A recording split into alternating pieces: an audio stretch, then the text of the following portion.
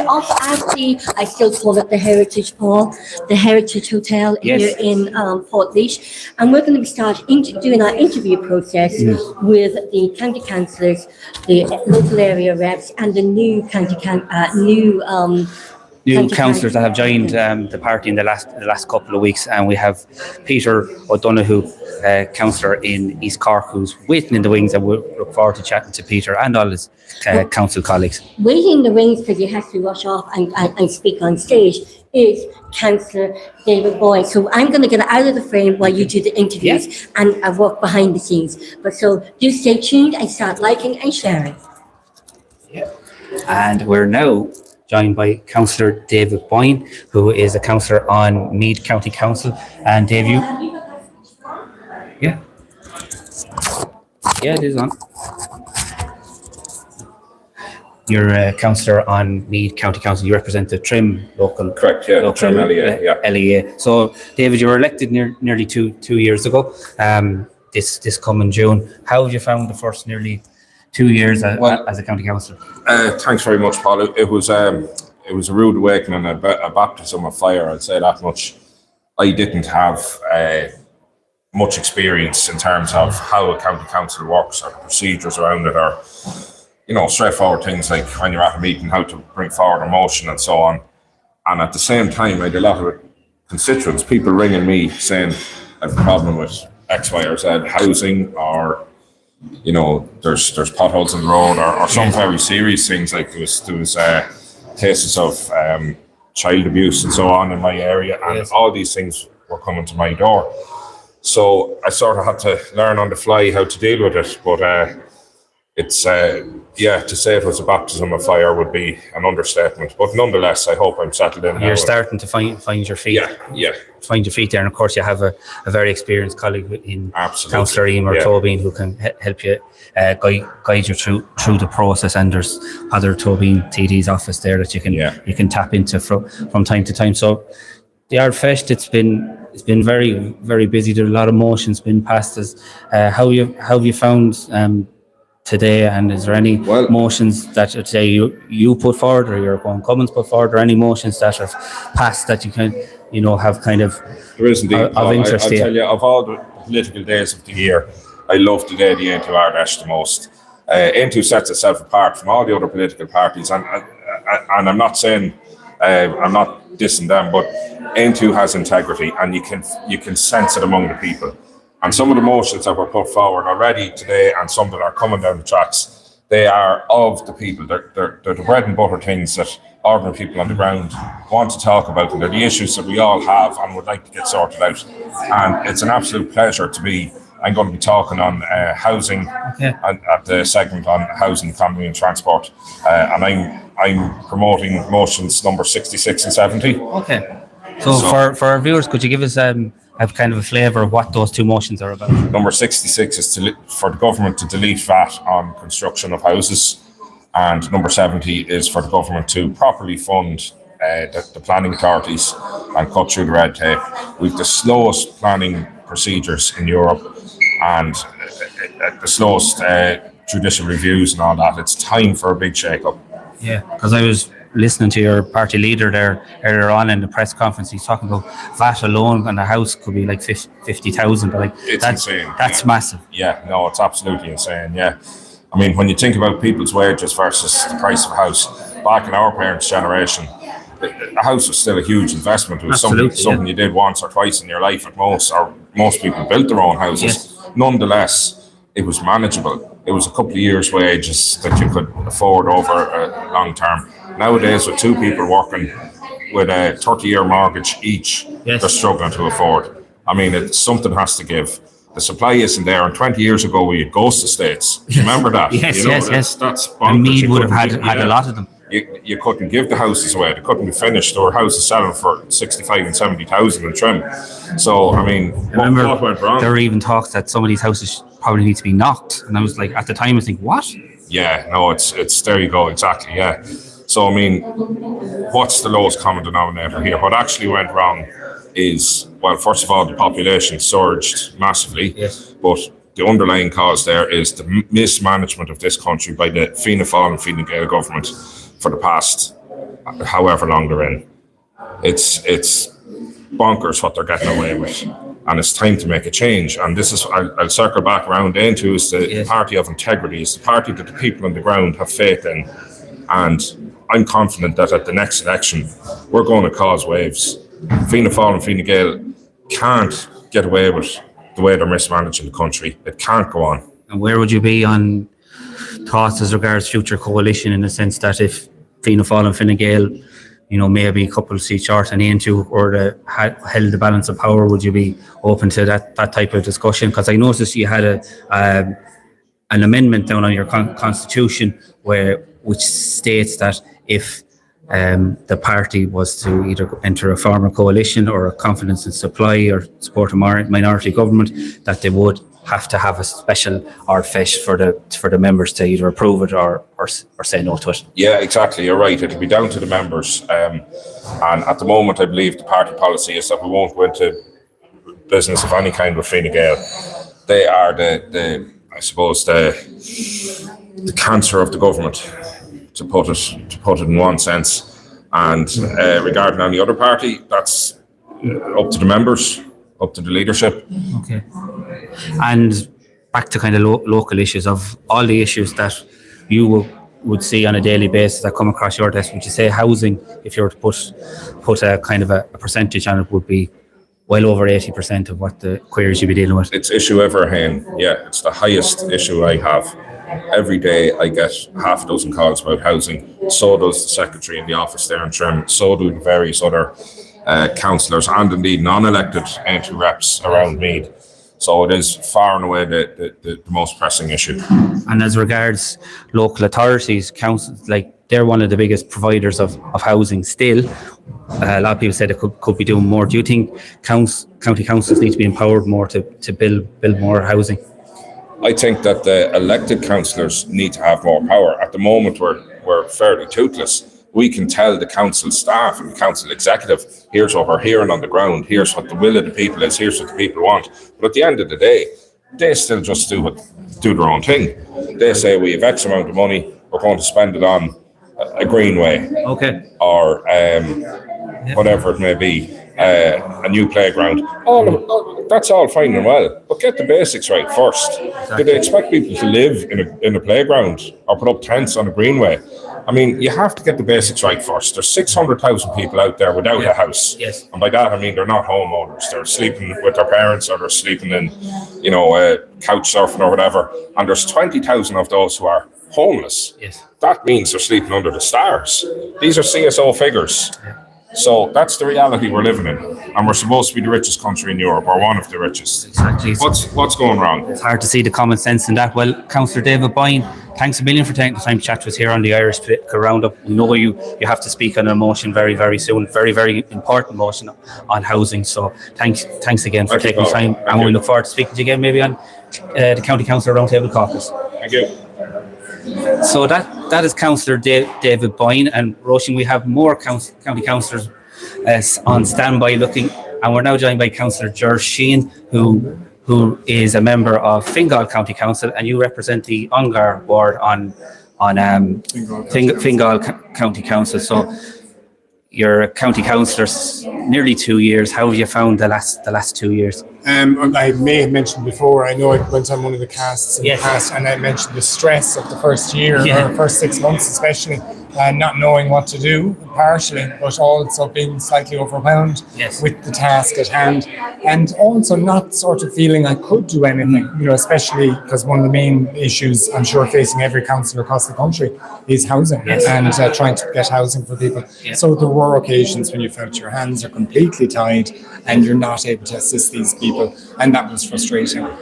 Now maybe I'm realising my boundaries, and obviously trying to assist the council in what they're doing, and to try and get help. There are still the same restrictions, let's say, within the housing market. And like any job, there's like a scope of practice or a scope that you work within. Would you say there are times, you're getting calls that are completely outside the bounds or remit of a county councillor, and there's probably days that you're kind of, scratching your head thinking, like, how can I assist this person? Yeah, and that again was the part of that frustration at the start, and one issue was in relation to domestic violence. When you are calling to people on an almost daily basis, certainly meeting people in the street on a daily basis, or getting calls or that, but when you're campaigning and you're actively going to people's doors, people tend to open up with the pressing issues that are facing them. And one of them was domestic violence. And there was a time, and even though I'm actually a qualified social care worker, and I'd worked in various fields in that area, I still didn't really know what to do. But I joined with the Dublin West Domestic Violence Working Group, and that has given me huge insight. Not that I'm able to do it, but that I'll be able to point people in the right direction. Knowing where the services are, and a lot of thinking when you're elected representative, who do you need to speak to? How do you, that's how you're able to solve issues for people. Because when people come to you, they're looking for help. Yeah, it's the same with the local area policing partnership, or rather the safety partnership. It's gone away from the model of the past, which was a policing side focus complete, but this is a broader focus, encompassing all, again, various parties from the community, trying to look at the whole area of safety within the community. And I'm excited by it. I think it can and hopefully will offer some solutions that maybe the guards on their own can't offer. Obviously they're responsible for our safety and security. And again, that's something I blue in the face stating, if there is an issue, no matter how small, the way it is currently, you ring 999, and that records the issue that's occurring within your area and makes sure that in the future, when they're statistically looking at something, they can say, well, there were that many calls for this in relation to that point, and maybe you get something done that way. And we've been talking to other councillors in other counties, and we're talking about these community policing boards, or I'm not sure the exact community safety boards. There's a huge number of organisations on it. You have it from your HSE to TUSLET, it's good that you're getting a big input of different organisations and different voices, different opinions, but having so many around the table, is that difficult as well at the same time? I think with any new or reasonably new organisation setting up anything, it's going to have its teething problems. But I see the future of this as being really positive. I really do think it can. And now the group itself isn't going to be able to follow everything, but I do think separate focus groups from that group, advising that group to me, and that group then being able to speak with one voice to direct the government or to advise the government in how to do things can work. But certainly, having too many cooks, you can spoil the broth for sure. And we're here at Aontu Ard Fheis for 2026. There's been a lot of motions that have been debated on the floor this morning and now into the afternoon session. Has there been any motions that been brought forward by your own common, by your own constituency, or any motions that have passed that that have been of an interest to you? Yeah, well, one that I'll be speaking on right now is just in relation to our own sovereignty. I believe that we have completely underinvested for the last number of decades in our own defence forces. We have, and I'm sure you can come across them. I don't know if Dave mentioned it himself, but there are soldiers who are, you're okay. Effectively, or if not on the red line, almost there, that are trying to get mortgages and can't afford to. And they're paid soldiers, defending this state, this nation. So there are men and women of this nation who've given their lives to protect this country who are not being properly supported. And as well as that, there's been a total neglect of our defence. Like our laws as a sovereign nation, we effectively, in the last couple of weeks, we're having the ministers going over with cap in hand over to the UK to ask the British, would you mind our seas for us? Would you look after our air? It's unbelievable and shouldn't be happening. We need to invest in our own security as a foreign nation. Like, if you only look at the bad things, unfortunately, with the wars in Ukraine and in Israel, but there have been huge technological developments in relation to drones, in relation to aircraft, in relation to the potential to make Ireland protected ourselves. And do you think there's a little bit of a kind of a fear mongering from people to say if we kind of start investing in our defence force, we're going to become a warmonger now. We're getting ready to go to war. Like being able to defend yourself, it's a basic principle that any sovereign state should be able to provide for its citizens. Well, that would be the next thing I was going to speak on, and that's, let's say, the triple lock. So I have a motion sitting in Fingal County Council for the last couple of months, still hasn't got to that motion in relation to defending the triple lock, and asking our council to vote and say we defend that. And this is something the Nice Treaty failed, and they gave us the assurances that this would not go ahead without a referendum. And I think that we should fight tooth and nail to ensure that this is kept. And the other part of that, and that is our own ability to defend ourselves. You know, if we can't defend ourselves, well then maybe we might as well sign up to something else. But I don't want to. I want us to stay a sovereign, independent nation. Well, big enough to be able to stand on our own 2 feet and not have to go over cap in hand over to the UK or over to France and ask them to defend our seas. And currently we have an Irish battalion that are serving with the UN in Camp Shamrock in the Lebanon. You know, it's as we can all see, it's very, very, very challenging time there at the moment. Would you have a message to any of the defence forces serving abroad in the UNIFIL battalion or their families? Well, I think they know or should know that we here in Ireland support them 100%. And we are so proud of the men and women who serve this country and wear that flag and serve this nation with honour, and have served the United Nations with honour and distinction over the last few years. So I really hope and pray that everything's okay and that they're safe over there. But we are thinking of them. And your Aontu team on Fingal County Council has grown. You have a new colleague in Councillor Darren Jack Kelly, so he'll be joining yourself and Councillor Ellen Troy. So you have 3 members of the Aontu group. You must be delighted to have another colleague joining the Aontu party on Fingal County Council. Yeah, I mean, we are absolutely over the moon, and no better man as well. Darren is such a strong character and a good man, who has already obviously won his seat on the back of the work that he's done. I think Pather made a great point in there. If you want to vote for somebody who's working. You know, and simple as that. To mind your party and everything else, vote for somebody who's working. And Darren Jack is one of those. He's a worker. We're learning as we go along, but it's great to see us grow. You know, and we've got great potential going forward, and within the council I really do feel as if we'll be able to make things happen. Well, Councillor Ger Sheen of Fingal County Council, thanks for taking the time to chat to us here on the Irish Political Roundup, and we will let you go and speak on your very, very important motion, and we have your colleague Darren Jack joining us now in a moment. So this might be interesting, Roisin, because we may have to adjust our camera lens. How you doing, Paul? Nice to meet you. For our viewers, so he's here. Did you play rugby by any chance? I didn't. I played Gaelic football. All right, I say you're definitely in the middle of the park because you've been able to catch I'm a bit older full forward, so try to get the full forward. Oh, brilliant. And we're now delighted to be joined by Aontu's newest councillor, Councillor Darren Jack Kelly, who represents the Swords local electoral area on Fingal County Council. So, Councillor Kelly, you're very welcome to the Irish Political Roundup. It's the first time we've had you on. You joined Aontu in the last couple of weeks. You were elected in 2024 as an independent. You know, you did quite well. What made you make the decision to leave the independent ranks to join a party like Aontu? Well, nice to meet you. Thanks for having me today. I was very happy to be an independent, delighted to be working for the community. I just felt that Aontu was the proper choice for myself because I just think I could do a lot more for the community with Aontu's backing. Aontu are a new party, new beliefs, new energy, and I think it's really important to be an Aontu member in Fingal East because it's a fast-growing community there. A lot of infrastructure needs to be sorted out there, and I think that being an Aontu member is beneficial for all.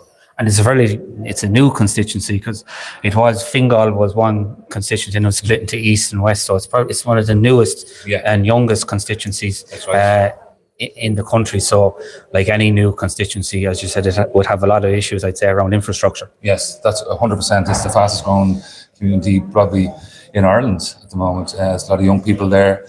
And we do have big issues with like the metro and so on. So that started works there recently, which is good news, but it's long overdue. We're way off at another 15 years, I'd say. And as regards the process of going from an independent to being a member of Aontu, how long were you in discussions before you decided to make the decision to join the party? Oh, I think it's probably about over a couple of months, I'd say. But I was quite keen to look at it beforehand, and listening to Ellen and Jared on a daily, sort of monthly basis in the council speaking. And what they believe in, I just felt that was the right choice. And tell us a little bit about yourself. What got you interested in running for politics? I know your family can trace your history back to swords, like going back thousands and thousands of years. And I think you have your own business as well. I think. Yeah, I did have my own business. It was an advertising business, okay. And my whole background is media and marketing. But what made me get into this really was because I was looking after the community in regards to helping people fill out forms. Yes. I used to work with local TD down there. He's a great guy, and I used to get people housed and so on, and helping the community in general. Kind of got the bug. Yeah, and I got the bug for it, and then I just felt, you know what, maybe I should just run for a local councillor and try my best for the community. It's best, and being a councillor, you can do that. And that was your first time to run First time to run. Yeah, I did probably started a campaign maybe 5 to 6 weeks before the election started, which was probably a bit late. Yeah. But I was very lucky, and I'm probably well known in swords, and from, as you just said earlier on, from generations from swords. My family go back to the Norman times. Wow, yeah. That's some history and something. And what kind of issues have you been raising on Fingal County Council since you got elected? Okay, one of my major things there is antisocial behaviour, but I feel that I've been pushing a lot with CCTV. I believe that CCTV won't fix antisocial behaviour, but it's a good deterrent to fix it. There's another issue there at the moment, traffic issue in Fingal, especially around Source. There's a lot of works going on, which is welcome, it's progress, but there's a huge issue there with traffic, and we need to address that as soon as possible. And this is your first Aontu Ard Fheis as an Aontu councillor. How have you found the experience of there being many motions that put forward from your own coming in your own area? Is there any motions that that have interested you, have been debated on the floor? Yeah, there's a good few motions there. Ellen's motion there earlier on. I think the one with the train stations in Navan, like I was speaking to my friend who's down there today, Linda Sandrada, and she was just saying there's a track there that's not used from Navan to Drogheda. That to me is mind-boggling. That interests me a lot.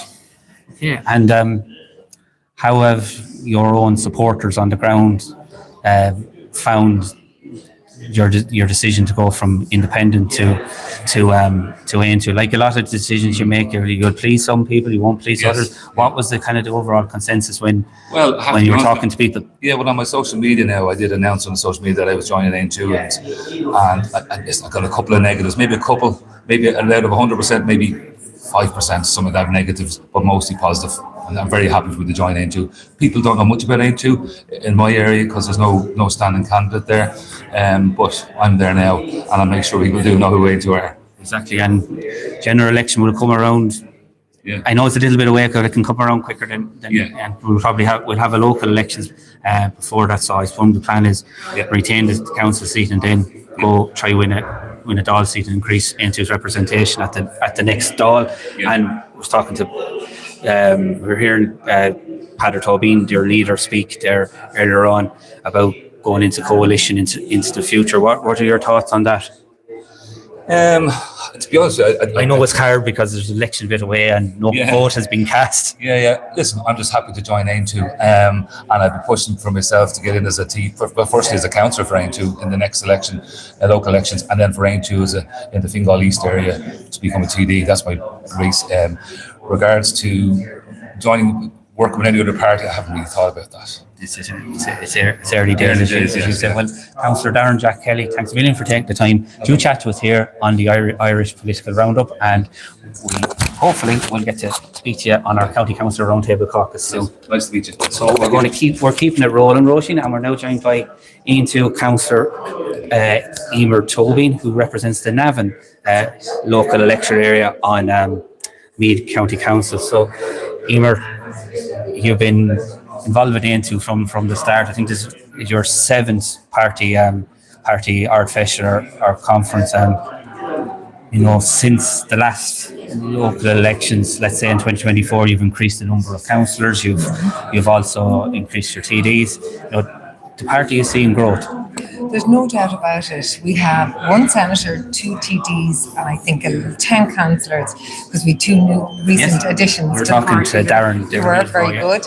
So yeah, and certainly like the number, like I operate out of Calvert-Tweed's office once a week, and then I work from home or I meeting constituents in various places, and the level of interest is definitely growing. And I always say to people, the Ardette is a great opportunity to come out and see, do you like what we have to say? Do you agree with some of our motions? Do you not disagree with some of our motions? And just hear how we talk and hear how we operate. It is a great way to get to meet us. And there's a lot of motions on the floor for discussion, and there's been some discussed earlier on health, on housing, on international affairs. For viewers who might be familiar with what happens at an Ard Fheis when these motions are debated and they're either voted yes or no, what happens next? So basically, any motion that's approved then is part of party policy, and therefore it is then up to all the reps and all the elected reps to defend that policy and enact it in how we deal with, constituents and issues, and even, holding the government account, because, the grassroots of the party determine policy. And they feed directly into how they want to see Aontu go as a political party. They direct us as to how we should hold the government to account. So it's actually a very, very simple system. Political parties should be, governed from the ground up, never from the top down. Because if you have a system where the management determines what happens, people are going to lose interest very, very quickly. So basically, all our common across the country, we have about 60 plus people that join those commons who are members. They sit around and discuss what direction do we want this party to go, and then they talk about all the different issues relating to health, to transport, to immigration, to education. They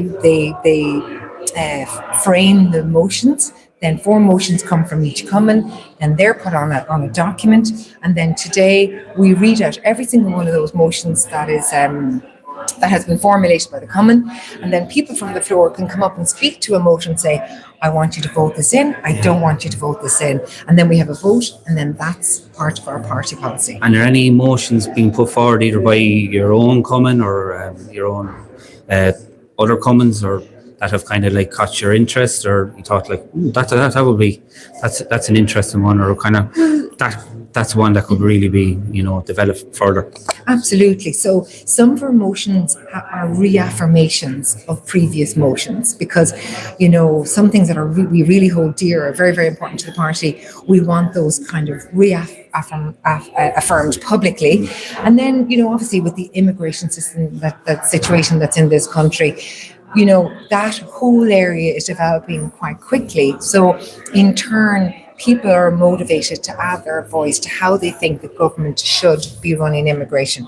At the moment, we have huge numbers coming into the north, into Dublin, and people have a lot of concerns about that. So we would have motions about those concerns, about having a sea border, about deporting the numbers that have received deportation notices. We're not seeing that happen anyway fast enough. Like, we literally have thousands and thousands of outstanding deportation notices that still haven't been actioned.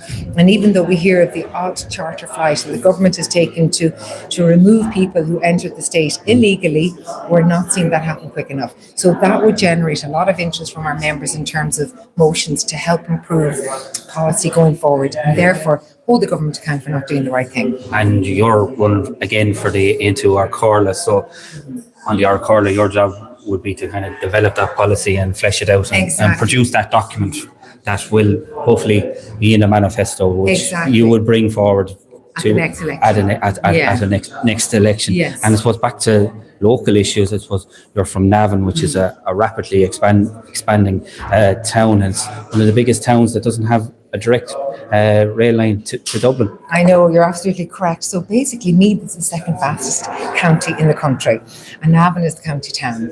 So the rate of growth is well over the national average. The national average is around 8%. We're sitting at around 14%. So there's huge numbers coming to Navan, and there's huge housing development. Now, not as much by any means what we need, but certainly an improvement on what was there, say, 5-10 years ago.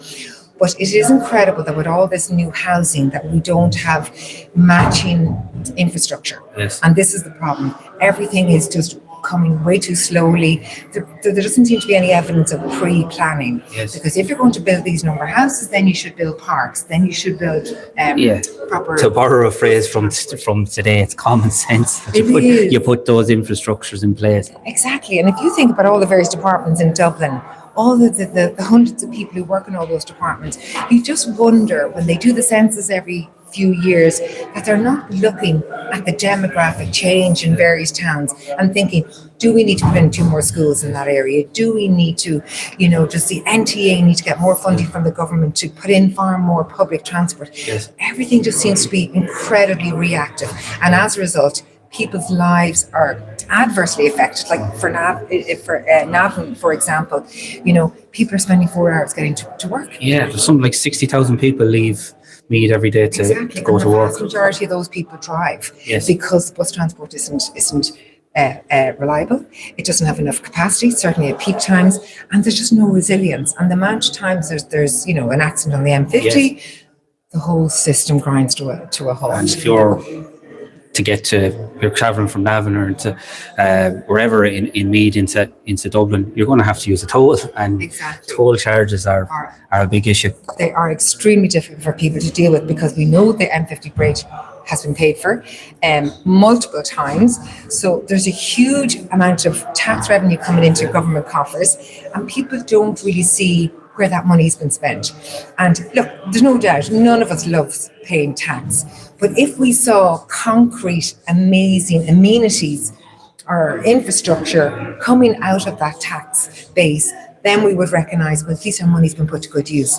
But we certainly feel that there is little evidence of practical, common sense decision-making by the government because, I mentioned earlier that the 5-hour commute from Navan to Dublin is imminent. And, 8-hour work days, when you add a 4 or 5 hour commute, you're talking about people literally in work mode 12 hours a day. And I don't need to tell you how that affects people's lives, families. Yes, it has an impact on family life. Families are not able to spend enough time together.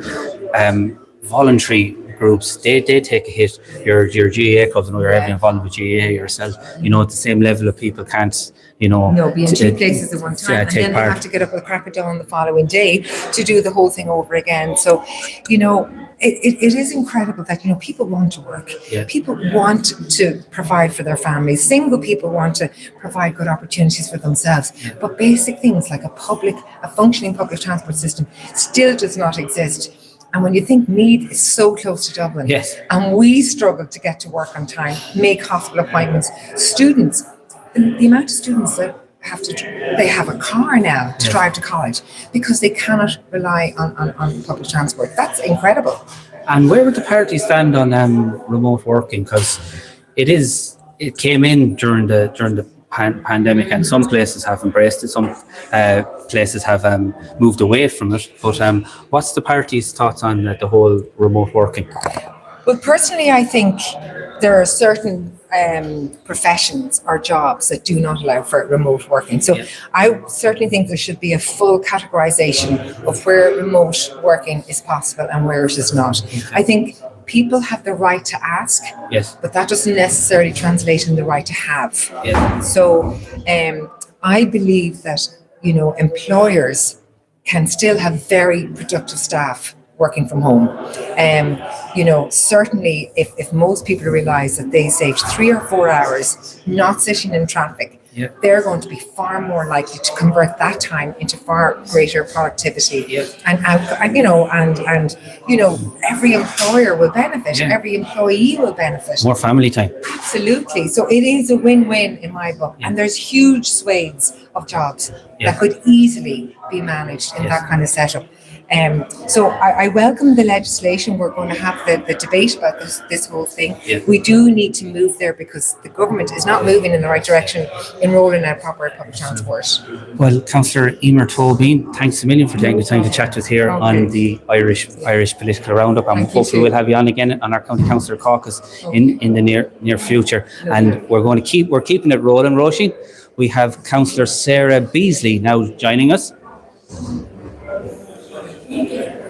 Yeah. Hi, how are you? How are you doing? I'm good. Paul Brophy, nice to meet you. Good, Sarah Beasley. You're very well. You're very welcome to the Irish Political Roundup. And I'm now joined by Councillor, if you want to just move in a little bit there, so we just get you in the frame. I'm now joined by Councillor Sarah Beasley, who is a councillor on Limerick City and County Council, and you're a former Dáil candidate for the party, and you're also a former mayoral candidate for Aontu there in 2024. Yes. You're very welcome to the Irish Political Roundup. You were first elected in June 2024 to Limerick City and County Council. It's both city and county. It is. Which I'm sure has its challenges at times. But how have you found the last nearly 2 years as a councillor? Yes, look, I'm really enjoying being on the council. It is difficult because we have the first directed elected mayor, and that has caused challenges with the council. And we are very busy because obviously we have the Ryder Cup as well coming in 2027. I'm thoroughly enjoying it. Obviously, housing is the biggest issue in the council and the chambers. And I'm working in Limerick City North, which would have a lot of the inner city in it. So we do have our challenges on the council, but I'm thoroughly enjoying it. And tell us a little bit about yourself. How did you get interested in, say, running for local politics? I know you've a big interest in animal welfare. I know you also sit on a homelessness and drugs task force that was set up by the directly elected mayor of Limerick, which we'll talk about in a few minutes. But how did you get involved, and what made you put your name forward? Well, I suppose with the animal welfare side, I'm a veterinary nurse, so I'm passionate about animal welfare, and I'm just passionate about making people's lives better. And I've seen over the last 40 years living in Ireland that Ireland is not doing great, and I wanted to be a voice for people that couldn't be a voice, and for animals that don't have a voice. Yes. So that's why I decided they were the two things that I wanted to challenge.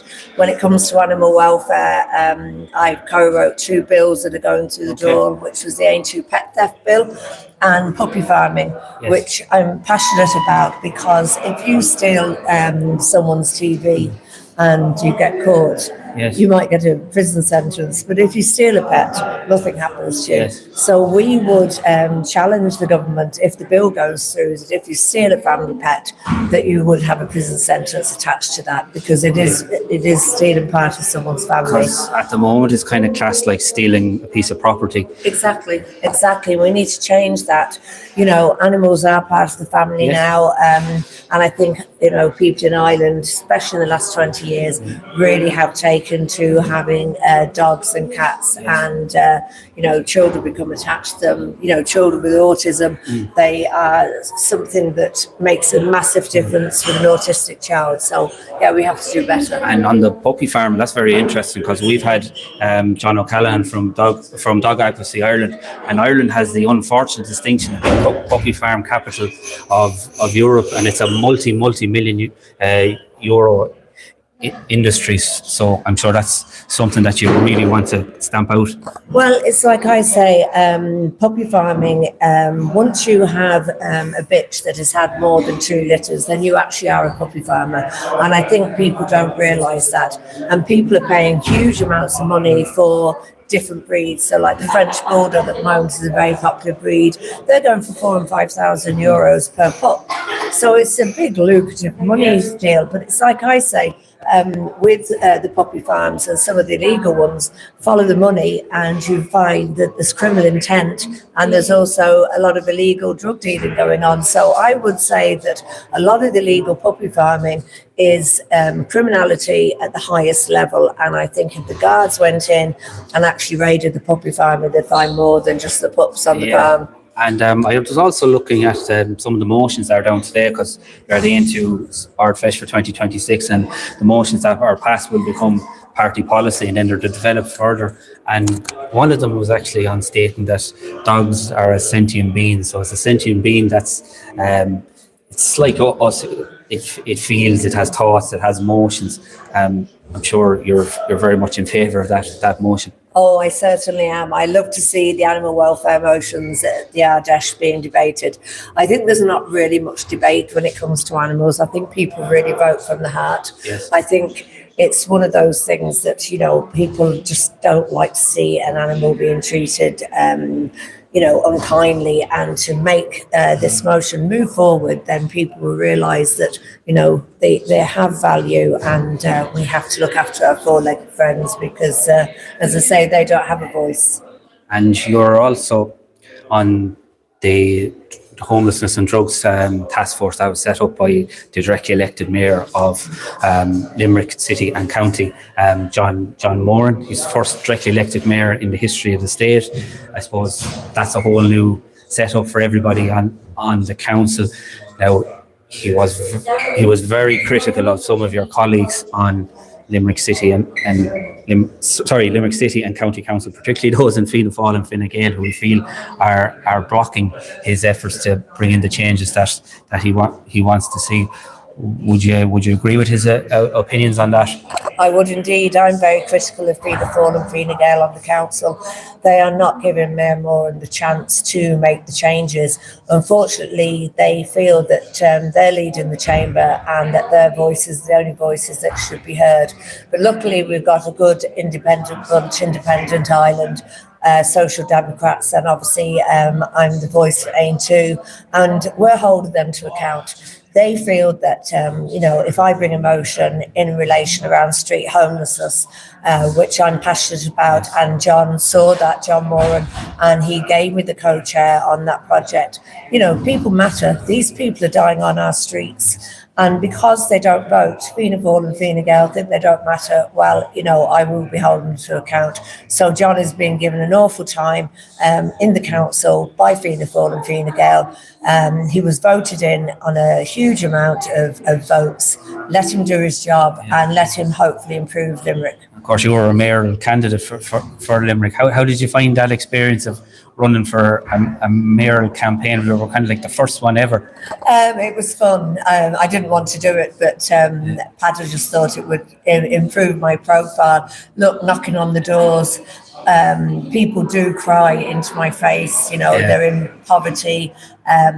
They, even if they don't understand addiction, no one wants to see people in addiction. We do have the street homelessness problem in Limerick, which is very visible. But look, people wanted a mayor. They wanted a mayor that they voted in, and I think the best man won. And I just think the next 3 years, if he's just given a chance to show what he can do. I mean, he had a very high profile job. He's nobody's fool. He's a financial wizard. And I just say, look, good luck to him in the next 3 years, and I fully support him. And would you believe, Sarah, we were talking to your colleague recently on Limerick City and County Council, Tommy Hartigan, who's a member of Independent Ireland on the council, and he spoke very, very highly of you, and he spoke very highly in the sense of your passion for animal welfare and the work that you do for in the area of homelessness and drug addiction. So you're by far, according to Tommy, the best person to be on that action group on homelessness and on housing. So would I say thank you for taking the time to chat to us here on the Irish Political Roundup, and hopefully we'll have you on the County Councillor Caucus very, very, very soon. I'd love that. Thank you very much. Thank you. Good to talk to you. And Roisin has them keeps them coming, and I'm now joined by Aontu's newest recruit, Councillor Peter O'Donoghue, who represents the Fermoy local electorate area on Cork County Council. Peter, you're very welcome to the Irish Political Roundup. This is your first Aontu Ard Fheis. You were elected in 2024, the first attempt as an independent councillor. You've joined the party, Aontu party, very, very recently. What made you make the decision to take the plunge and go from the independent ranks to join a party like Aontu? Yeah, well, I suppose I got into politics in the first day because I wasn't very concerned in the direction which this country is going. Look, I've 3 small kids at home. I have another one on the way, right. And I want my children to grow up in a country which is, I suppose, which they have the same quality of life that I had grown up in this country, and I would have concerns in relation to the direction that the country is going. Now, I ran as an independent. I was elected in the area as an independent candidate. You know, I suppose being an independent, it's you're not accountable to anyone, only your own constituents. Yes. Look, and I never really saw myself actually joining a party, but then I met Peter a few times, and I listened to him blow at the Lynch commemoration in Tipperary there, and you know he speaks from the heart. And I suppose the difference between Aontu and the other parties is within Aontu you're allowed to have difference of opinion. Yes. You know, you're not under the thumb, and you're not forced to follow a certain line, or you're not forced to agree on all policies. And Aontu and Palatobin and welcomes, you know, difference in the And how long was the process from maybe say the first initial talks to actually joining the party? It was this time last year. That's the first time I met Peter, actually at the Liam Lynch commemoration in Newcastle in County Tipperary. And then I suppose I was working, just talking to Peter, then off and on for the coming months, you know, just on different issues.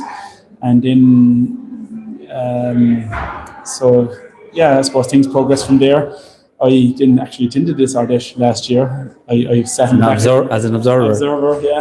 Sat in the back of the room, just didn't make myself really known. Just wanted to see what was going on. I wanted to see whether this was a party which was dictated from the top or which was ran from the bottom up. And I was very, very impressed with what I saw.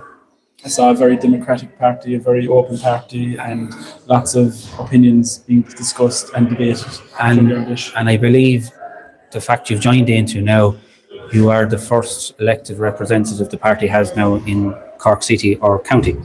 Yeah, I'm the first into council in the entire of County Cork, either city or county council. Yeah, so look, I'm the first, and hopefully the first of many. And look, I attend and working as hard as possible with many different Aontu members on the ground in County Cork to grow the party in Cork into a real political force in County Cork. Because I think people are very disillusioned with the current representation that they're getting from the mainstream parties. And look, I think Aontu is going to provide a real alternative and be a real choice for the people of County Cork in the future.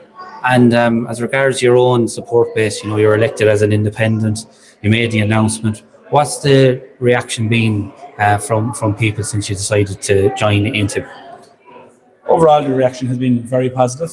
There has been a number, maybe a small few individuals who might have criticised my decision, but look, you can't keep everyone happy in life. So look, overall, the response is very, very positive. The vast majority of people understand that to make real change and to make a real difference and to implement your own ideals, you have to be part of a collective.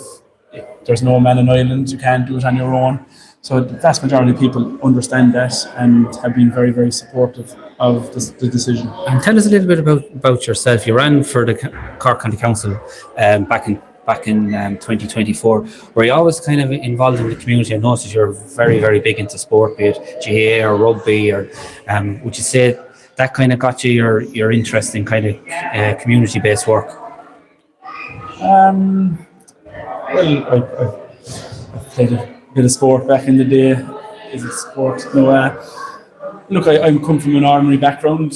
I'm a bricklayer by trade. Okay. The welts are still slightly there, and they're fading away, but I still work away when I can, laying bricks and blocks. I'm just an ordinary Joe Soap. I was born and raised on a farm. I left this country with my girlfriend, who's now my wife, in 2009. I don't know, there was nothing happening at the time. There was no 17 years ago. Yeah. We went abroad. We lived in Canada for maybe 8.5 years, and we lived in New Zealand for 1.5 years. And we came back to Ireland 2018, and the Ireland that we came back to was a different Ireland than the Ireland we left. And in many ways, I know there was a recession in 2009, but in many ways there was a lot of negative changes which had taken place at that time.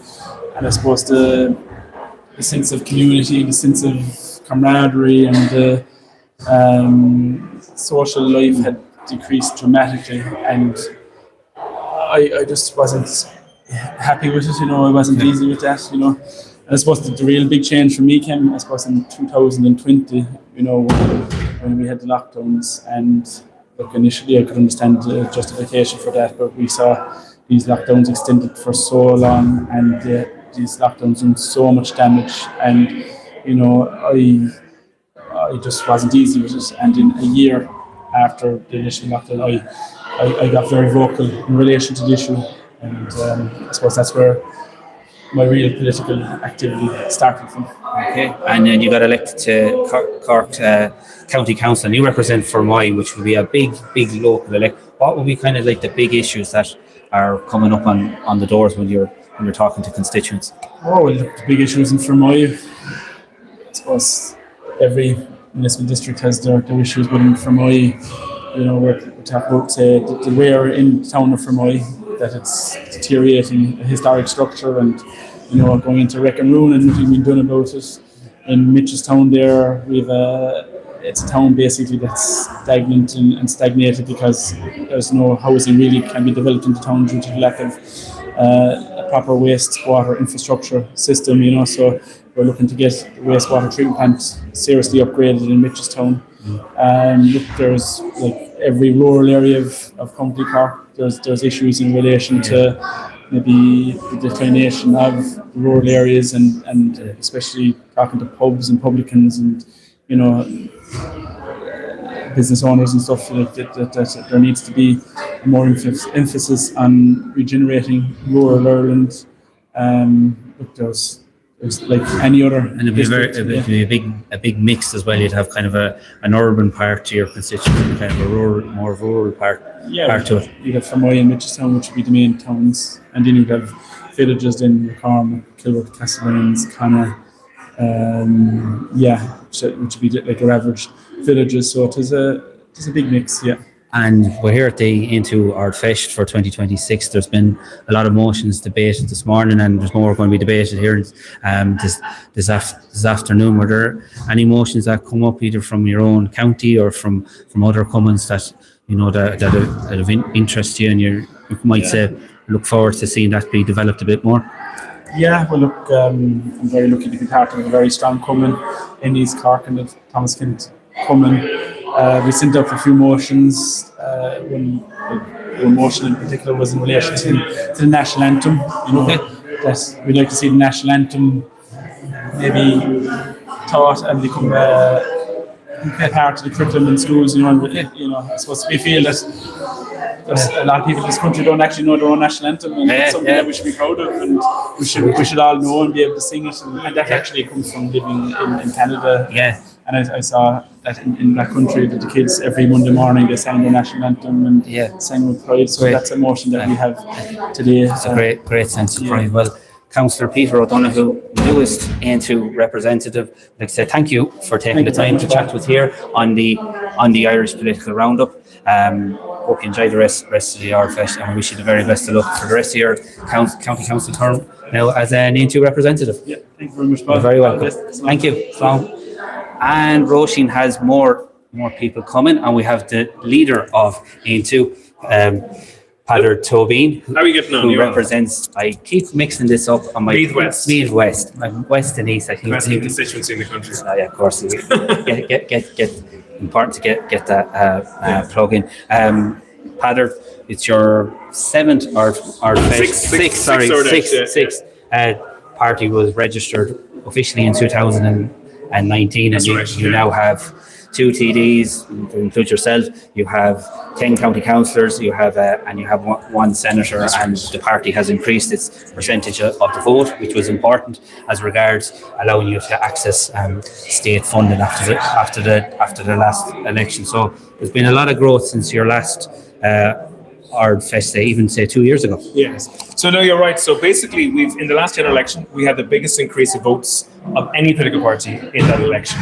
Since then, we've been hitting about 5 and 6% in the polls now regularly. So we're at a record height in our polls currently. We have the most amount, we've well over 2,000 members in the party, and every month now, a new elected rep is joining us. So in February, we had Peter O'Donoghue from Cork East join us. In March, we had Darren Jack Kelly from Finglas joining us, which is incredible. So you now hit double digits as regards to councillors. so we've 13 elected reps at the moment.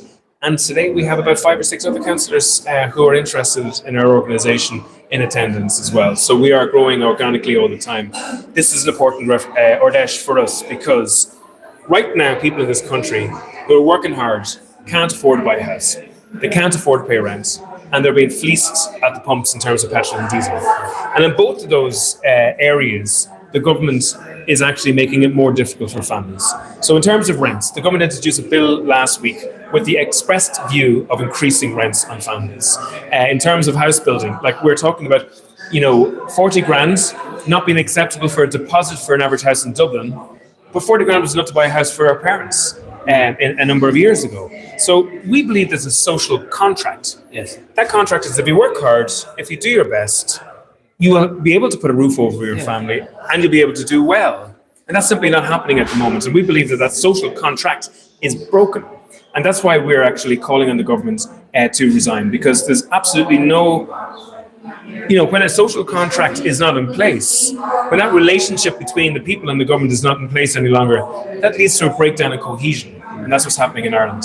And at your Ard Fest here, you're going to discuss a range of different topics, or motions, I should say, on a range of different things, from housing to health to education to international affairs. Has there any, we'll go back to the housing situation, are there any particular motions that have been brought forward that you think would help increase the supply of housing, be it public housing or private housing? Yeah, so I suppose first of all, the bill that the government brought forward last week was to create viability. So people might understand this. A lot of builders are not building. A lot of construction companies are sending their construction workers away. And you might say, how is that going on if we're suffering so much from a housing crisis here? And that's because a lot of builders it's not viable for them to build. So the government solution was to put up rents. But our solution is different. Our solution is not about putting pressure on tenants, but there's about 50 grand of VAT paid on each house in this country. Now, if the government is squirreling away 10 billion euros of tax surpluses on an annual basis, why are they asking a young couple who can't afford a house for an extra 50 grand for that house? So our view is they should, in an emergency situation for 3 years, delete VAT on house building. That will mean that houses will become cheaper, it'll become more viable to build, and the young families will be able to have you been able to get a costing on that what that would cost? Yeah, we have. Now, the last costing that we had found out was about 455 million euros for that particular project. But, in a housing crisis where, middle-income families are caught in a trap, yes, where they're actually going into homelessness, we think that needs to happen. Yes, and I suppose when you're in a crisis, you're going to pull all the levers, and you're talking about costs, and we've seen a lot of money being spent and a lot of money being wasted. We've seen the Children's Hospital. Originally, when it was proposed to be built, it was going to cost 700 million. It's now ballooned in excess of 2.5 billion. It'll be probably the most expensive hospital in the world when it's built. It'll be great for the children of Ireland. But is there any way that the government and Minister Jennifer Carroll McNeil, is there anything she can do to kind of put a stop to the overrunning costs? Because there's been 18 proposed dates to open the hospital, and they've missed every one. So I think this government is an accountability-free zone, and accountability is the most important ingredient if you want to stop waste. Okay, so anybody watching this who runs a business or is an employee, if they waste money and they lose money, after a while they will get disciplined up to and including maybe losing their job. Yeah. That never happens in the public sector, unfortunately. So what we want to do is hardwire into the contracts of senior civil servants that if they waste money continuously, that there's a penalty up to and including losing their jobs. And we also want to see a junior minister in charge of real-time contracts making sure that there is not waste, who reports to the Taoiseach, right inside the department of the Taoiseach in relation to that. Like, the government spent 22 million euros on ventilators that didn't work. There was 100 electric buses in Dublin that didn't move because someone forgot to put in an application form for an electric charger. The government spent 2.4 billion euros in compensation in terms of mistakes that have been made in hospitals. If this happened in any other sector, accountability would kick in and there would be a difficulty. But the problem is the government are reneging on that accountability, and that's what needs to change. And if you were to add up all these kind of different wastes or money being spent inefficiently, you're talking tens of billions. We're talking about definitely hundreds of millions of euros anyways on an annual basis. And the mad thing is the government says there's no magic money tree when we look for help for people with disabilities, when we look for help with children with special needs. The government says there's no magic money tree, and yet there seems to be magic money tree when it comes to waste. And actually, in fairness to Aontu, we've actually introduced this issue of accountability into the political system. It wasn't there before we came on the scene. And I believe that we forced the government in a big way to cop on in relation to this, and we will keep at it. And when you're talking about money for different people in society. Yes. Yeah, in your press conference earlier this morning, you spoke that there was nearly 320,000 people in energy arrears. Now, the government decided at the last budget to remove energy credits. Some people would say there was plenty of money for energy credits in the run-up to an election, but all of a sudden they have stopped, and people are getting into serious arrears. There's people who are making a decision either do they feed themselves or do they heat themselves. So the idea that in a Western economy in 2026 that a cohort of about 300,000 people are in energy arrears is a disgrace. We're talking about a staple here. We're not talking about a luxury good in terms of electricity or petrol or diesel. So this government, in a petrol fill currently, €100 petrol fill, the government is taking 65 euros. Okay, now if this war in Iran continues, we're talking about petrol maybe go up to about 150 a tank. Government plan in 6 weeks' time to increase carbon taxes again. Think about that. That's carbon taxes increased in the middle of a energy crisis where people are already in arrears. And like a couple of years ago, the government took 4.1 billion euros in fuel taxes. Like, they're not living in the real world. They're not experiencing the cost of living crisis that everybody else is experiencing. And that's why they have no idea how painful it is for people who can't pay their electricity bill, who can't turn on the gas, who can't fill their tank just to get work. Like, we're talking about, I believe, middle-income families now caught in a middle-income trap. Yes. A trap that has been laid by the government. No supports available in housing. Too wealthy for local authority homes, but too poor to pay market rents for homes. The idea that middle-income families are working all the hours that God gives them, that they're involved in long commutes at any given time, and yet these guys are they're not getting the social contract properly built for themselves. And if the numbers continue to rise, say the number of people getting into energy arrears, the costs of fuel increasing, do you think the government will have to bring in some emergency kind of relief for people? See, in my view, the government should just stop taking money out of people's pockets. Like, this idea that they take a heap of carbon tax out of your pocket and then give you a few bob back in a credit is bananas. Just stop increasing carbon taxes. Reduce carbon taxes in an energy surge. The government, as you say yourself, just before an election, came around with these tax credits. But if you add up the tax credits and you add up the amount of tax they're getting, the government still were quids in relation to that particular interaction. So it's not good enough for the government to start wrapping up taxpayers' own money and giving half it back in terms of a present and then expect a pat on the back for it. And you will be addressing the party delegates later on this evening. I know you're not going to give away everything that you're going to say, but what will be the key theme of your leaders' address this evening? The key theme is that working people can't afford to buy a home. They can't afford a rent, and they're being fleeced at the pumps. Working people, that a democratic country is based on a social contract. That means you work hard, you get a decent ability to live. That social contract is broken for hundreds of thousands of people, and it's Aontu's job in government to fix that. Well, Deputy Padder Tobin, leader of Aontu. Thank you very much for taking the time to chat to us here on the Irish Political Roundup, and wish you the very best for the rest of the Ard Fheis, and we look forward to your leader speech later on this evening. Greatly appreciated. Thank you very much. Appreciate it. And Roisin's going to keep them coming, and we're going to be joined in a moment by a very familiar face to us here on the Irish Political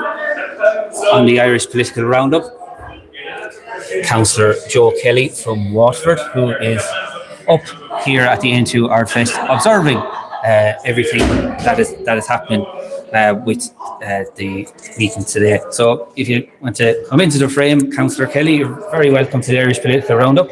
Good to see you.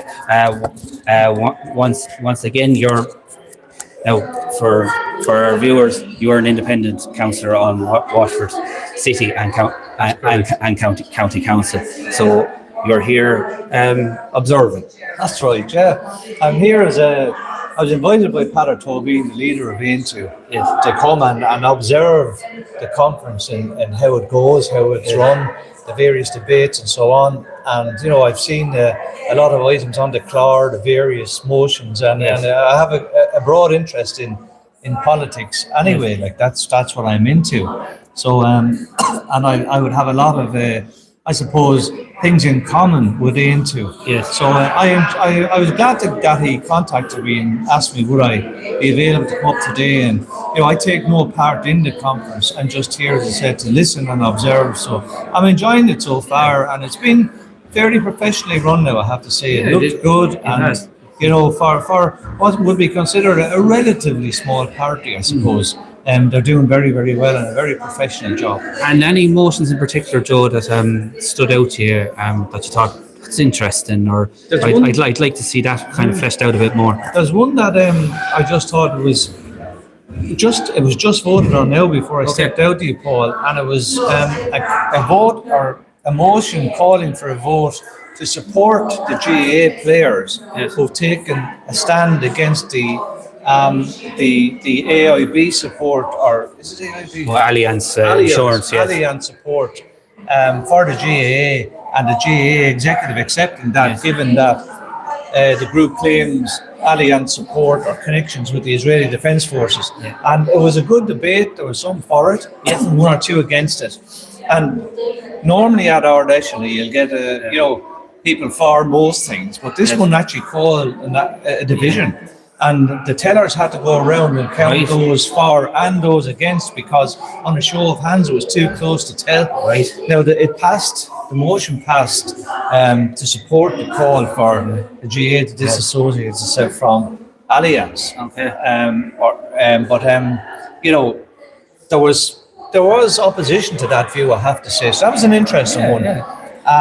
I think the GAA's, I think their standpoint was that a lot of clubs and counties, they're very much locked in with Allianz for insurance policy. So if they were to scrap that, all the insurance policies will go, and they would probably have to get a new insurance provider, and that could be very, very expensive. That's where the GAA was coming from on a practical sense. And there's a lot of that could be true. Now, I wouldn't say that would necessarily stop it. Insurance companies are always there for business. Yes. So you'll always get new business. You'll always get some insurance company to link in with and insure you for whatever you have to insure. But nothing is ever without costs. If that motion, for instance, was to become the policy of the GAA, there's probably costs. If it wasn't, there's probably costs on the other side as well. So it's a matter of, I suppose, competing interests and competing costs. But I found that one interesting. There's another one in there on SNAs and the role of SNAs, very typical in Ireland at the moment. In terms of, first of all, the shortage of SNAs and the recent government decision to start cutting back, even though they say they were recruiting extra SNAs. They did a big U-turn on it. Yes, and they did a U-turn on it and said they're now reviewing it. I think it was a terrible policy decision anyway. But the motion is calling for SNAs to be now given full-time contracts. Yes. Most of them are on what we call short-term contracts, or maybe school year to school year, but you don't know where you're going next. So the motion called for SNAs to be put on a permanent contract, similar to a school teacher when they're hired into a school. they have a permanent contract. So that passed. Everybody, as far as I can see, supports SNAs anyway, and this conference is no different. So I'm just saying that was another motion that was debated, and people put their points of view across, and I think it's a positive motion. So that's really, I suppose, the business of Ardeshina, such as this. You've been to plenty Ardeshina down through the years, as you were in another political party before you were an independent. Well, I have no problem saying it. I was in Sinn Féin for years, so I've been at many Ardeshina, and it's given the membership of a party the chance maybe to say what they want to say and have a view on X, Y, or Z. And all parties will tell you that the party policy is actually decided at an Ardesh, that the motions that are passed and so on form the backbone of the party's policy, whatever party it might be, Fianna Fáil, Fine Gael, Sinn Féin, Aontu, Labour, and so on, Social Democrats. So it's a well-tried, I suppose, formula, and it makes for interesting debate rather than just people rattling off endless speeches. It's good to have members. Now, as I said, I'm not a member, but I like the political discourse that goes on at these events.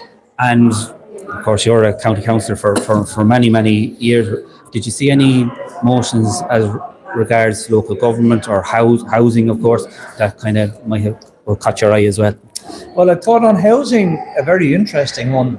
It's not costed clearly, and I haven't the figures on it. Yes. But Aontu's policy has called for, and has now been passed at this Ardesh, for the VAT on building to be eliminated, right?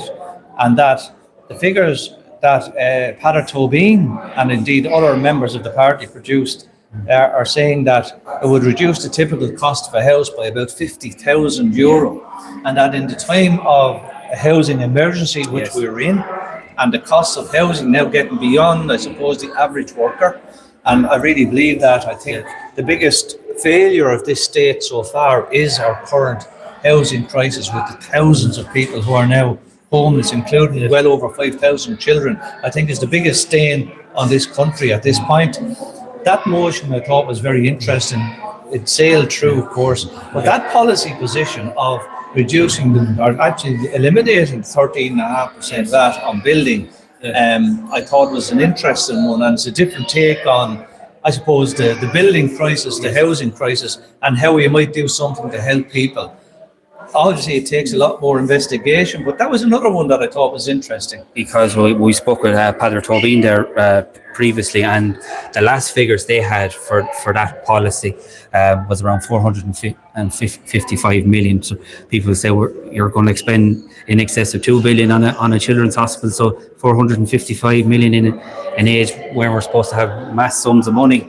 It's a small sum, but it could make a big difference there. It does. I mean, I think anything that can help people buy their own home has to be welcomed. The difficulty with a lot of these things, I find in Ireland anyway, is that whether this government or an Aontu government or any government cut VAT on something, or they give extra grants or whatever, it's often sucked into the industry, and it's guaranteeing, and how to guarantee that reduction is actually passed on to the consumer, i.e. the hard-pressed person trying to buy the house. Because sorry for one question, you see it there with lots of things. When prices go up, it's passed on straight away. When costs come down, they're very slow to pass on. Very slow. We've just seen it with the petrol crisis because of the war that America and Israel have launched on Iraq at the moment, right? Or Iran, sorry. Those prices went up really quickly at the pumps or at the diesel for people's houses and so on, the home heating oil. But it's not so easy to come down. They don't come down that fast. So it's the same with grants on houses or whatever. Whichever way you do it, there's an absolute need that to ensure that benefit goes directly to the people who are purchasing properties and not straight into builders or developers' pockets. And that's the fear in Ireland. And I don't think we've gotten to grips with that idea yet and how to manage it. And Joe, the last time we spoke, both Roisin and myself, we met you in Waterford Airport. It's looking very, very good. All the the checks and balances are going through with the state as regards the American investment coming into the airport. We'll be hoping to have the diggers on site very, very soon. Well, the real delay on that is the weather. We've had floods all over the country, particularly down in the southeast region. So we've had about 200 or 250% of rainfall that we normally have. So they're waiting on the ground to dry out to be able to get in and work. And I was recently speaking to the main promoter, William Bolster, and he told me exactly that the ground is too wet to work on. But they're also going through some of the legal loopholes that have to be dealt with. There's a couple of issues that courts and whatever, but that's the money's there. It's in the escrow account. Absolutely. Everything is good to go. 35 million euro at this point, so everything is ready to go. But there are procedural issues that have to be met.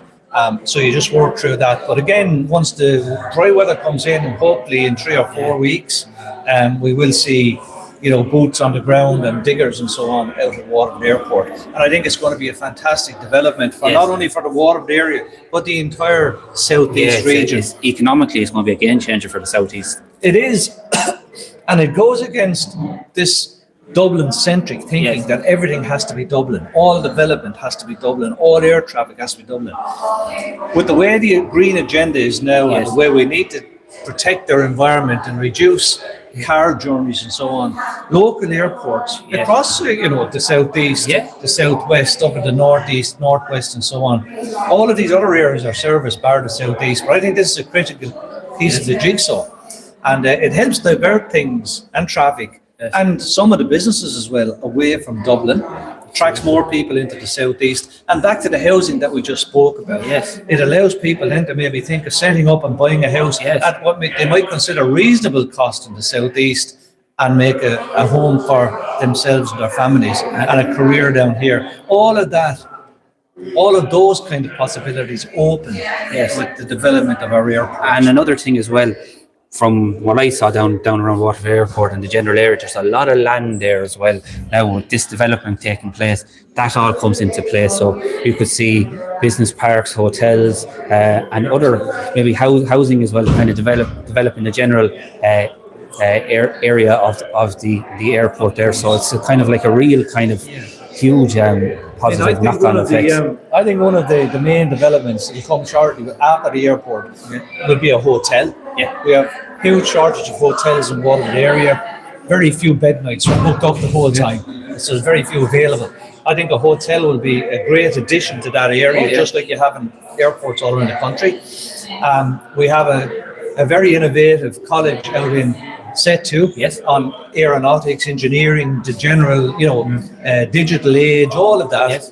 And one interesting industry that could well come beside the airport is drone technology. I remember you saying that last time we spoke. Development of drones, building parts of drones, assembling drones, and that kind of a drone, I suppose, activity is becoming far more widespread now. So that's another growth industry that could well locate right at the doorstep of the airport, and the airport will help drive all of those kind of innovative industries. And it is amazing to think, Joe, as well, when William Bolster put the business case to the American investor, within 2, maybe 3 weeks, he had made up his mind.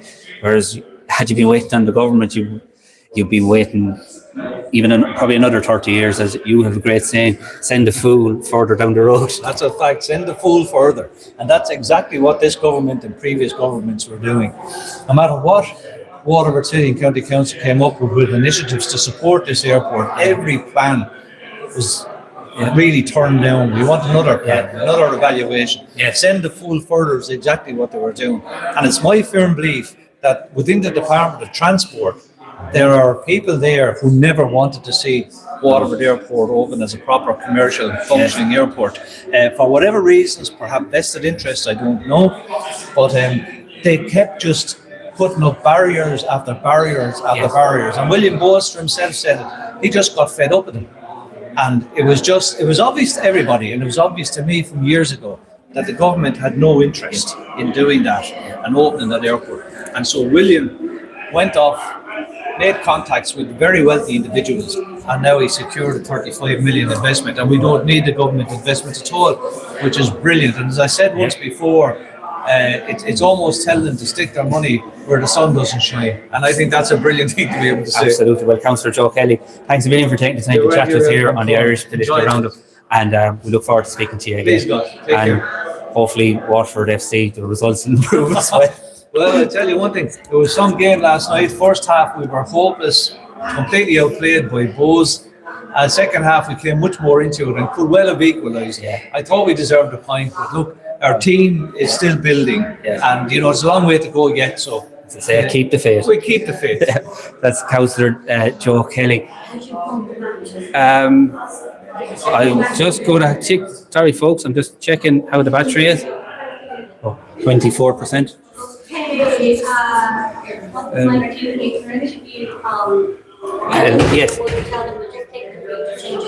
Yes. Yes.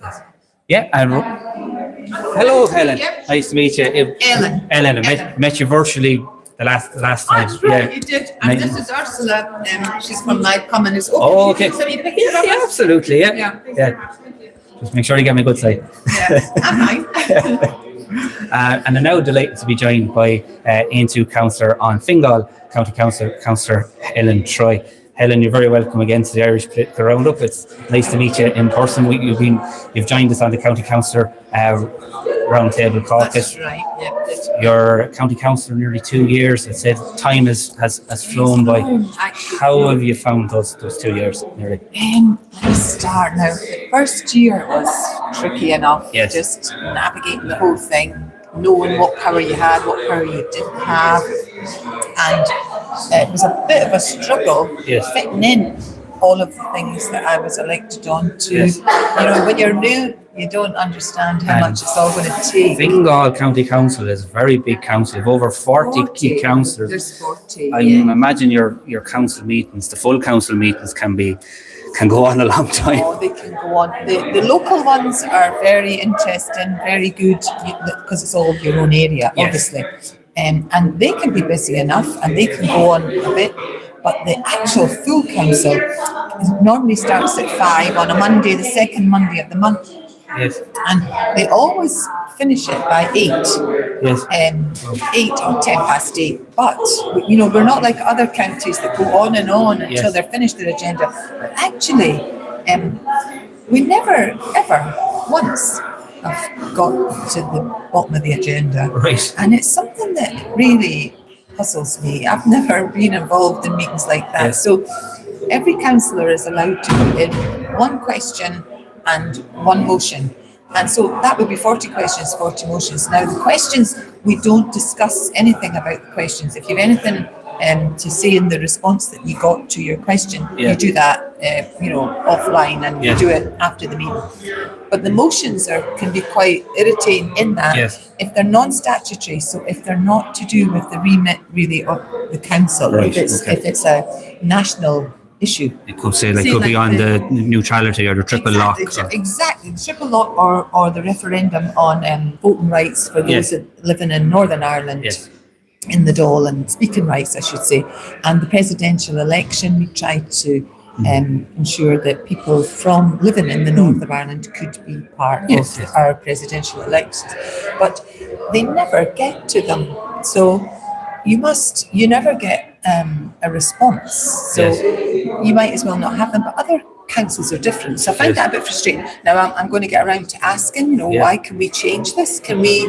Because I'm actually very interested in the national issues, So I've got into my stride now, you could say, and the other issue about it is, so your meetings you must attend are the full council meeting and the 2 local area meetings, but in advance of those meetings you have 2 weeks to submit your questions and motions, and in the local ones you can submit up to 8 motions and 8 questions.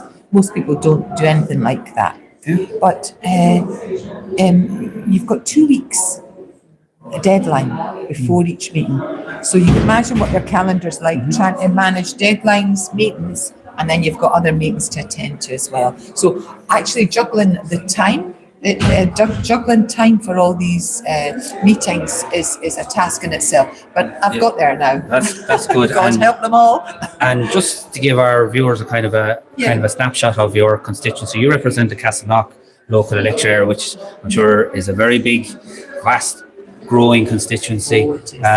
What would be the big issues that are coming up? I know housing probably is the biggest, but what other issues would be big I'm in the area points of of contention? Castleknock that takes in Castleknock, North Lucan, Clonsilla, Hartstown, Huntstown.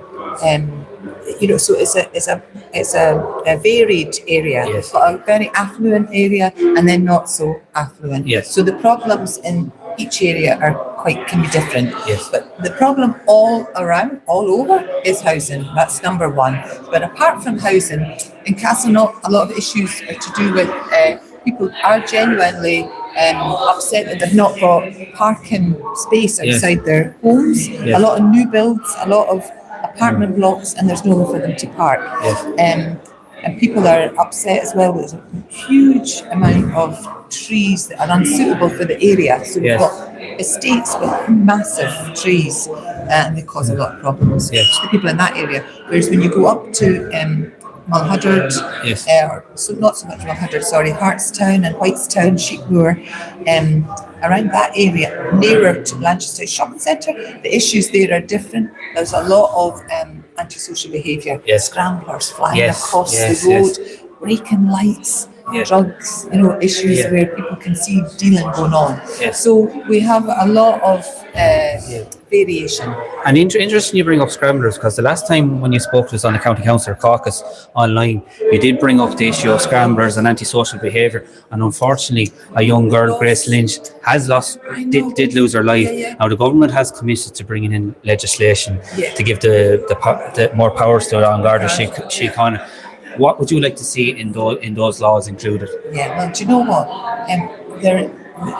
They're flying around crazy on these, and then there are certain areas of Dublin 15 that are almost no-go. It's frightening when you go out in your car.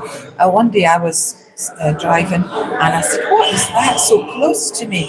And it was a guy on a scrambler on a wheel, revving up like that, and so his waist was kind of right at my head. And it was frightening because I thought if he falls... He thought he was Evel Knievel. Yeah, I thought if he falls, I could go right over him. Yeah. And then he flipped the front wheel down, shot in front of me and through the lights. So the guards won't chase them. They can't chase them because it could incur more issues and more problems. But they now can go to the home of where they're... And what I'd love to see is that we had a database of all scramblers, and that they were all recorded and maybe license plates, so we can actually pick them up while they're on the road, know who's driving the bike or who's responsible for it.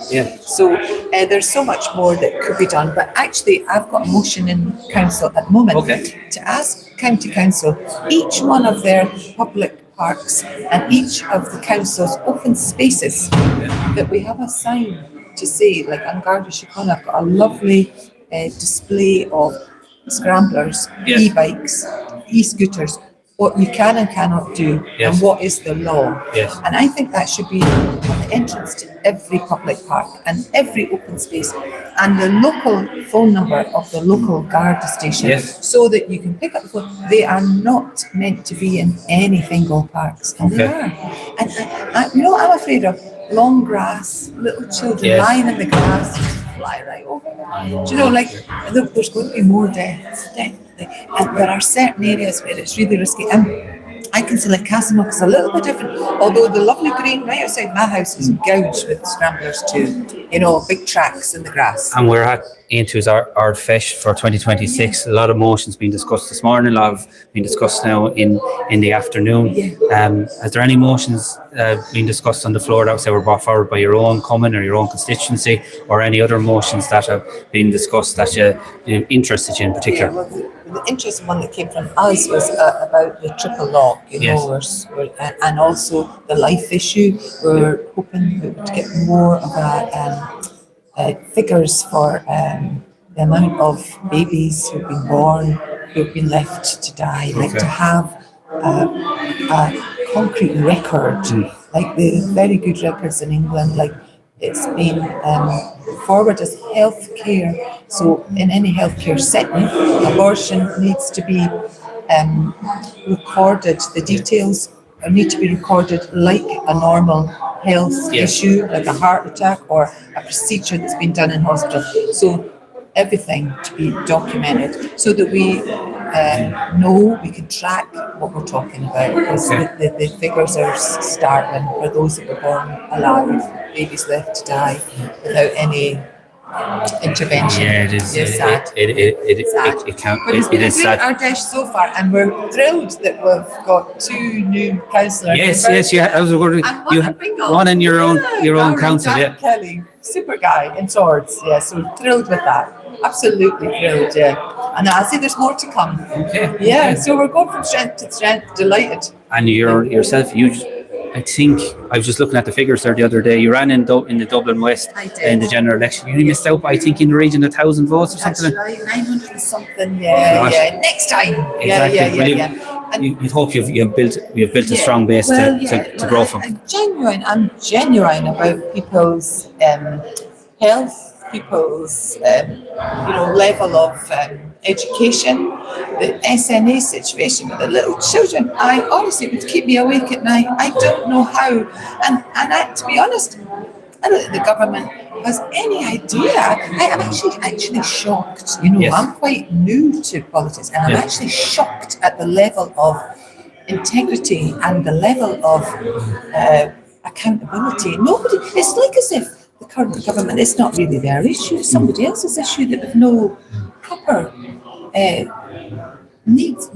We can't meet the needs of the children. Yes. I'm disgusted at that. I Yes. really am. And into being a standing party for life, we will ensure that those little children get their education.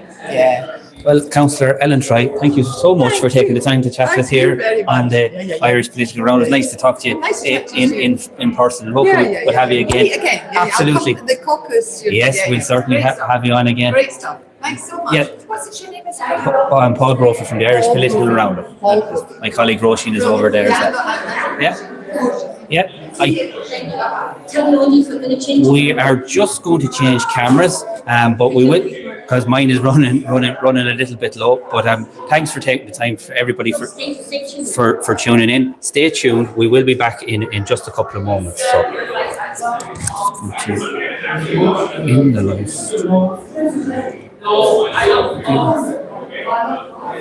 Okay.